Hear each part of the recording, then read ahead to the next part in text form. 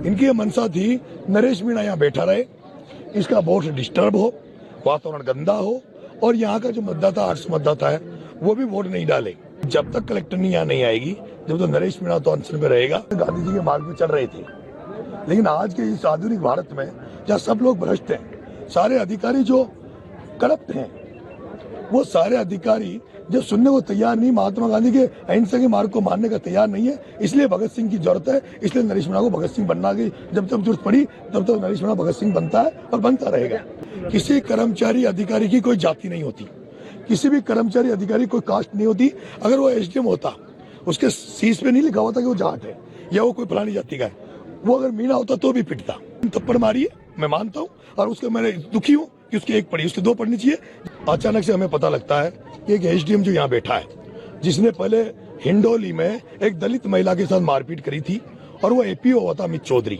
उस अमित चौधरी ने यहाँ एक आंगनबाड़ी में एक जो महिला होती है उसको, एक जो टीचर है यहाँ पे उसको, और आंगनबाड़ी का जो महिला का जो पति था वो अपंग था, उन तीनों को दादागिरी से कि तुम्हें सस्पेंड कर देंगे, तुम्हारी नौकरी खा जाएंगे, तुम वोट डालो, और उनको तीनों को जबरदस्ती ले जाकर वोट उन्होंने डलवाया है।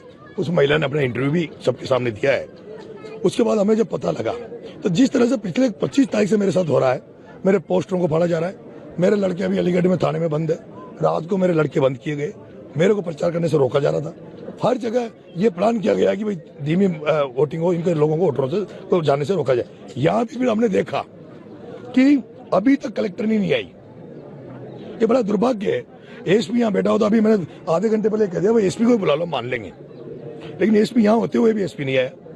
डिप्टी को भेज रहे हैं, और डिप्टी कह रहा मैं आश्वासन दे दूं 2 दिन बाद में अगर हम लाख लोगों को लेकर अगर कलेक्टर का घेराव करेंगे इस मुद्दों को लेकर, तो कलेक्टर कहेगा मेरे पास तो सूचना नहीं थी। हम ये चाहते थे आज रिटर्न में केवल कलेक्टर सीएम को मैसेज कर दे भाई इन गाँव को देवली से वापिस उपखंड जो इनका उनियारा से हटा के इनको देवली उपखंड किया है, जो उनियारा इनके 15 किलोमीटर पड़ता है, देवली 95 किलोमीटर पड़ता है। ये पूरा पंचायत का गांव, 8 गांव पंचायत है, उन सबका ये मुद्दा था। इन्होंने कहा भाई हमें वहां से हटाकर, तो लेकिन कलेक्टर ने हमारी अनसुनी करी और अभी तक कलेक्टर यहाँ नहीं आई है। फिर लास्टली हमने होपलेस हो गए, क्योंकि इनका ये मनसा है, इनकी ये मनसा थी नरेश मीणा यहाँ बैठा रहे, इसका वोट डिस्टर्ब हो, वातावरण गंदा हो और यहाँ का जो मतदाता आर्ट्स मतदाता है वो भी वोट नहीं डाले, क्योंकि बहिष्कार का दिन 3 वोट डला गए, फॉर्मेलिटी कर ली थी, वही बहिष्कार नहीं है, 3 वोट डल गए, जो तो ये अपने वो करना चाहते जो कर्मचारी से डलवाए।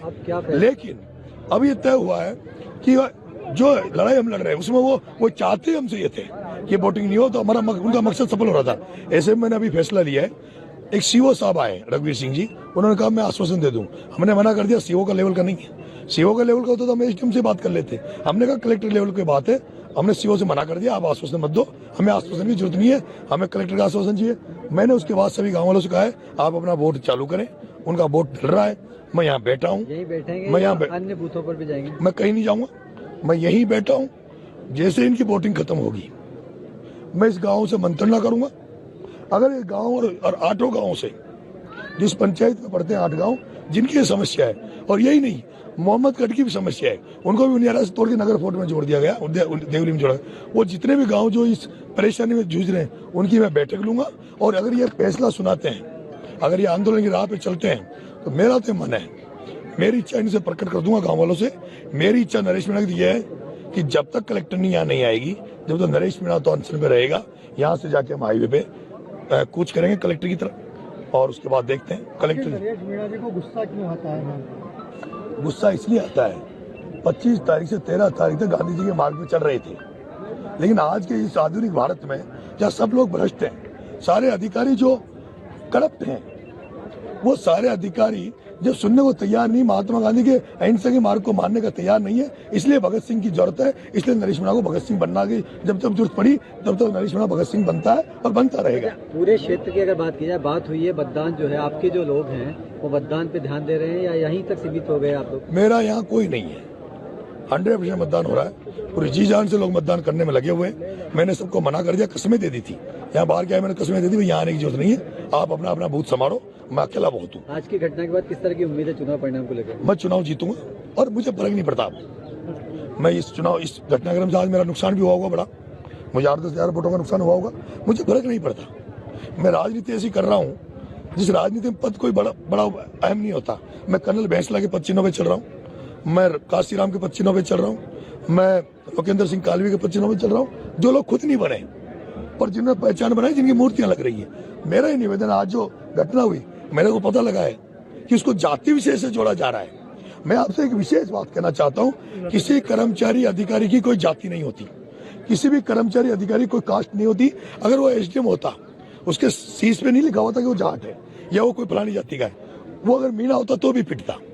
और मैंने थप्पड़ मारी है, मैं मानता हूँ, और उसके मैंने दुखी हूँ कि उसकी एक पड़ी, उसकी दो पड़नी चाहिए। जब मुझे ये पता लगा, अफसोस अब हो रहा है, अफसोस इसलिए हो रहा है मुझे, जब बाद में ये पता लगा कि इस अमित चौधरी ने हिंडोली में एसडीएम रहते हुए एक दलित महिला के साथ बदतमीजी करी थी, उस दलित महिला के साथ मारपीट करी थी, उस मामले में एपीओ हो चुका है। और ये इतनी एकड़ी में ये गुंडा मानता है अपने आप को, वही गुंडागर्दी यहाँ कर रहा था, जबरदस्ती वोट दिला था। मैं उन जाट भाइयों से कहना चाहता हूँ जो इसको जाति का मानते हैं, अगर ऐसा मानते रहे तो कल से इस देवली उनेरा में एक नारा दिया है मैंने कि अगर कोई अधिकारी कर्मचारी भ्रष्टाचार करेगा, कोई किसानों से आमजन से अगर रिश्वत खाएगा, तो उसको नरेश मीणा काला मुंह करके गधे पे बिठाएगा।